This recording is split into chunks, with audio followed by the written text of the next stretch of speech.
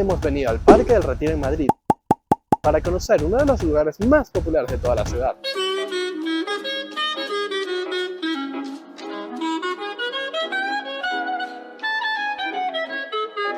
Así es, hoy en el Parque del Retiro de Madrid, uno de los lugares más frecuentados tanto por los turistas que vienen a la ciudad como por los locales que buscan una actividad un poco más diferente. Pero antes de entrar a conocerlo, quiero que vean esto de aquí, la Puerta de Alcalá de Madrid, uno de los sitios más emblemáticos y que si es tu primera vez en la ciudad, definitivamente tienes que pasar a conocerla porque recientemente fue nombrada como Patrimonio Mundial de la Humanidad. Pero ahora sí, entremos a conocer el que es el parque más famoso de toda la ciudad. Comenzamos recorriendo el camino que está junto a la entrada de la Puerta de Alcalá y el cual nos va a llevar a quizás el sitio más importante y más céntrico de todo el parque.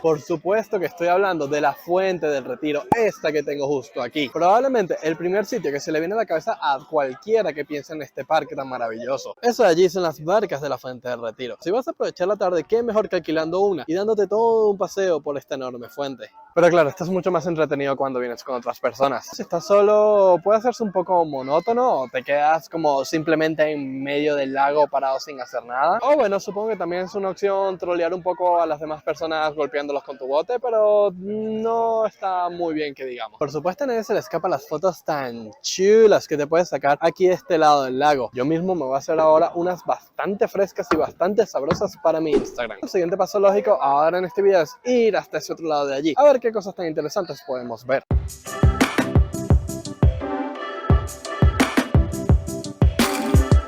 Tenemos aquí al otro lado de la fuente, está bastante chulo ahí, su estructura, las esculturas, las estatuas de los leones, pero diría que lo mejor de esta parte es que justo de ese lado es por donde se pone el sol, así que si vienes por la tarde, justo cuando se está poniendo el sol, siempre hay alguien tocando música en directo, seguro que consigues gozar de uno de los mejores atardeceres que vas a poder experimentar en tu vida. Por cierto, esta panacota que tenemos allá arriba del todo no es otro que Alfonso XII.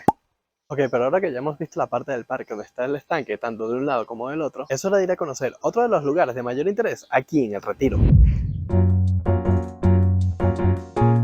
Ahora estamos en el Palacio de Cristal, aquí con su fuente, su cascada, las zonas verdes, los diferentes miradores a lo largo del lago, un montón de sitios desde donde simplemente quedarnos a apreciar la espectacularidad del palacio. Maravillosa esta parte del Retiro, maravillosa. Un lugar que siempre está lleno de gente, tanto en su interior como en su exterior. Y cómo no culparlo, solo mira lo precioso que es, míralo. Uno de los mayores encantos del palacio no es solo su preciosa arquitectura o cómo está diseñado, sino toda la cantidad de zonas verdes por la que está rodeado, y ya lo que sea en el interior del palacio siempre se está celebrando alguna actividad en concreto, exhibiciones de arte, de arquitectura, bodas, compromisos, sesiones de fotos. Pero ahora que ya me he explayado lo suficiente sobre el exterior del lugar y lo guapo que es, toca ver si la parte del interior cumple con las expectativas. Vale, pues hay que decir que está bien.